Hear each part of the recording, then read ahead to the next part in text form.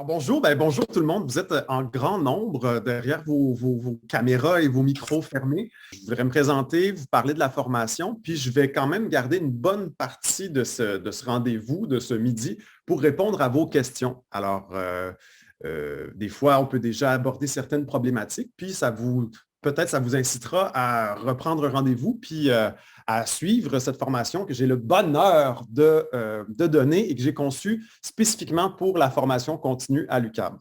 Donc, je me présente, c'est ça, je suis acteur de formation et de métier. Je m'appelle Luc Chandonnet. Je travaille aussi je me suis vraiment intéressé à la voix et à la diction comme outil de communication. Et c'est pourquoi les outils que je donne sont vraiment destinés à des acteurs, des orateurs de toutes sortes. Si vous êtes là, c'est que vous êtes des athlètes de la voix, de l'expression et de la communication. Donc, comment être perçu pour être mieux écouté, pour développer en fait le charisme de la voix et pour porter un message, c'est ça qui m'intéresse et c'est pourquoi on a adapté cette formation-là par Zoom pour vous donner tout cela. Donc, je parle d'ancrage. Donc, l'ancrage, c'est vraiment où suis-je, comment je me sens devant mon écran, devant mon auditoire qui est hyper...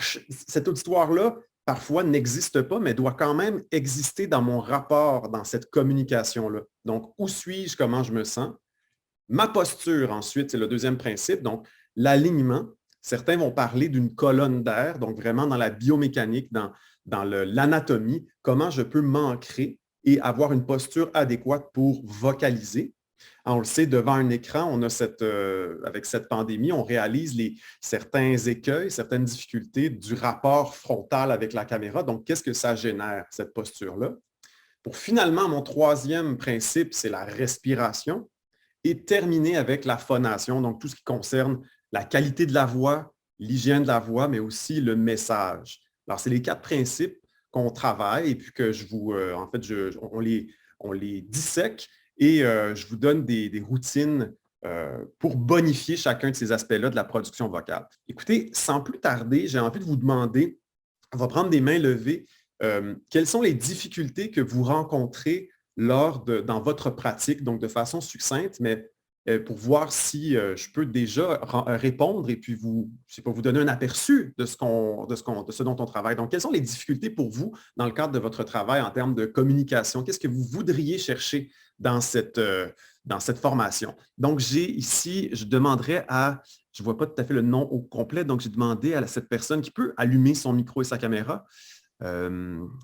Paquin, J. Paquin. C'est Joanne. Alors, oui. Alors, bonjour, c'est pour projeter ma voix que j'ai de la difficulté. Et en termes de projection, pour savoir, pour essayer donc, c'est pour du travail en synchrone, donc vraiment du travail en direct, en présence ou devant une caméra, en enseignement à distance? Pour le moment, mon problème, c'était plutôt en présence. Parfait, super. Donc, en termes de présence, quand on est dans un volume, j'ai besoin de savoir le volume de la salle. Donc, est-ce que c'est pour enseigner à l'université, j'imagine, Joanne? Oui.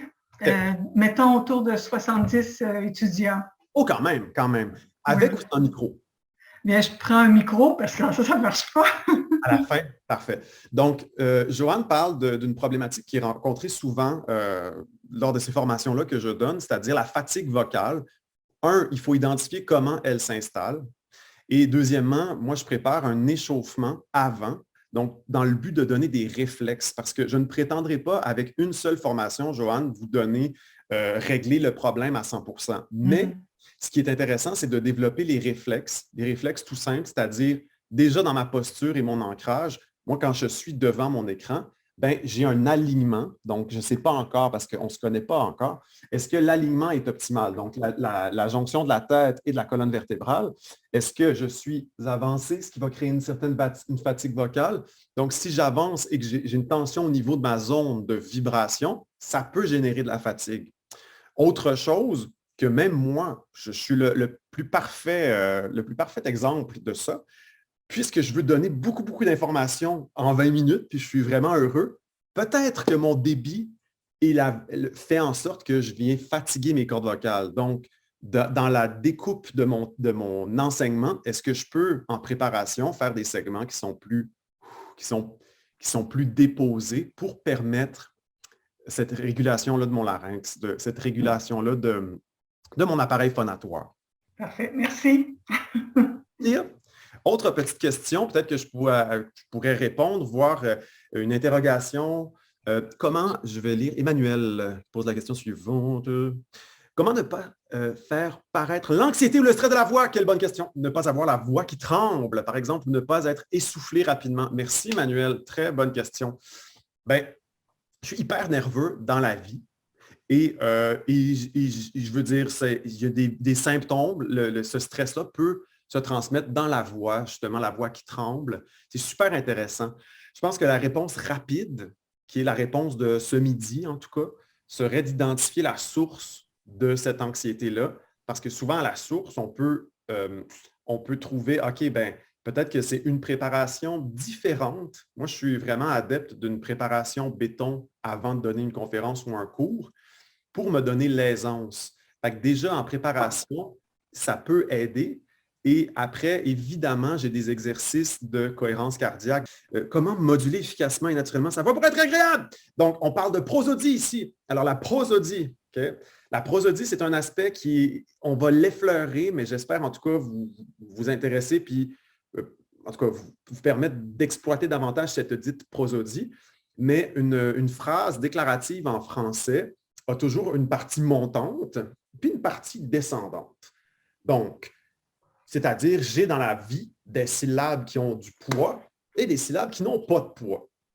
Si je vous fais le contre-exemple d'une voix qui est vraiment sans modulation et je vous donne l'information simplement et je parle comme ça et je ne vais pas faire de modulation, c'est évident, je n'ai pas trop joué avec mon rythme non plus, je vais perdre un petit peu l'auditoire. C'est sûr que c'est une voix qui est posée, mais si je fais ça pendant 3 heures de temps, ça ne se pourra pas. Donc, c'est de trouver des moments. Moi, c'est carrément, là, je travaille ma conférence comme une partition de musique. À un moment donné, whoop, il y a un point où cette information-là importante doit sortir. J'admets Nadine pendant ce temps-là. Je fais multitâche. Bonjour Nadine. Donc, je vais vraiment essayer de cibler une information importante que je vais faire ressortir.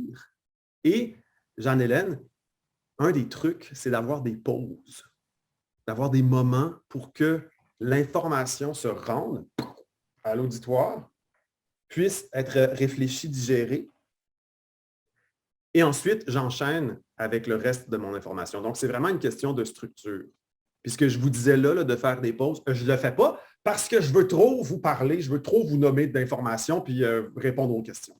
Cordonnier mal chaussé. Pour maintenant, je vais vous demander simplement, avec vos micros et caméras fermées, donc je m'imagine un léger fil qui tire ma tête, juste pour dire, okay, je suis assis sur mes fesses, donc sur les os des fesses, je tire comme ça, et je vais simplement avoir la tête, comme la tête sur un bâton, et je vais juste bouger la tête comme ça, simplement. Excellent. Je vais juste bouger la tête.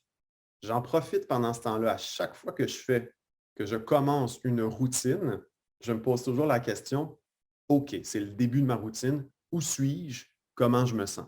Donc, comment je me sens, corps, esprit? Est-ce que je suis préoccupé par quelque chose? Toutes les réponses sont bonnes. C'est juste d'accueillir, de respirer, puis de laisser aller. C'est vraiment un muscle. Je suis dans la biologie et ça semble ésotérique, mais ça ne l'est pas du tout. C'est vraiment concret. Si j'accueille ces pensées-là, je les respire puis je les laisse aller, mon cerveau va enregistrer le message que, OK, il est possible pour moi de descendre mon rythme cardiaque, de descendre ma respiration, puis de me préparer à la tâche. Donc, toujours la tête molle, molle, molle. Je respire creux, les 2 mains sur le ventre.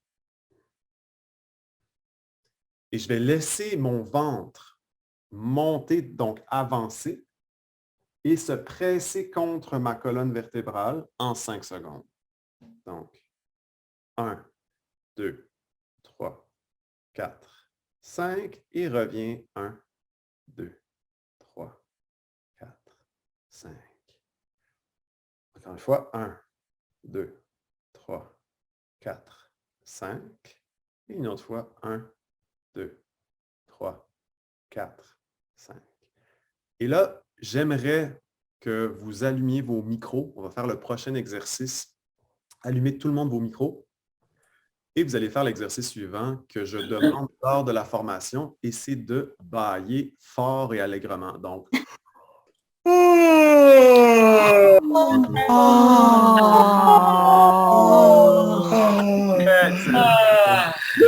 donc, j'ai essayé de travailler cette notion-là de posture, d'ancrage, le bâillement.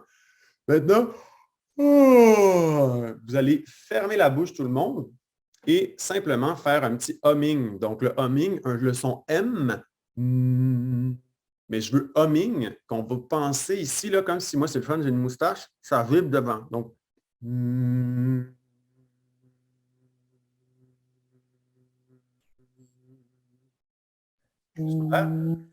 oui, il y a des gens qui ont leur micro d'allumer, mais ça serait super si vous pouvez avoir une volontaire qui lève la main et qui allume son micro pour que je puisse entendre le son. Je ne sais pas c'est qui a son micro d'allumé. C'est encore Joanne. Parfait, salut Joanne. Donc, Joanne, alors simplement avec l'idée de la tête qui est mobile sur un bâton, donc vraiment comme tête relaxe, les épaules loin des oreilles, et humming, c'est parti. Travailler la qualité du son pour que le son ici, il faut penser toute cette chose-là comme votre haut-parleur de votre voix.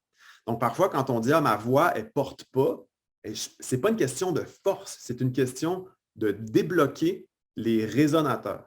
Ça ferait pas mal le tour, tout le monde. Ce que je peux vous dire, c'est j'ai bien hâte de vous revoir, peut-être en grand nombre. Et au fin de cette formation-là que je vous donne, il y a beaucoup de matière. Alors, je vous remets des routines d'échauffement vocal et articulatoire. Donc, ces routines-là, elles sont acheminées par Annie par la suite par courriel. Voilà, merci Robert, merci Béatrix, merci Benoît, Richard, Jeanne-Hélène, tout le monde. Ça fut un plaisir.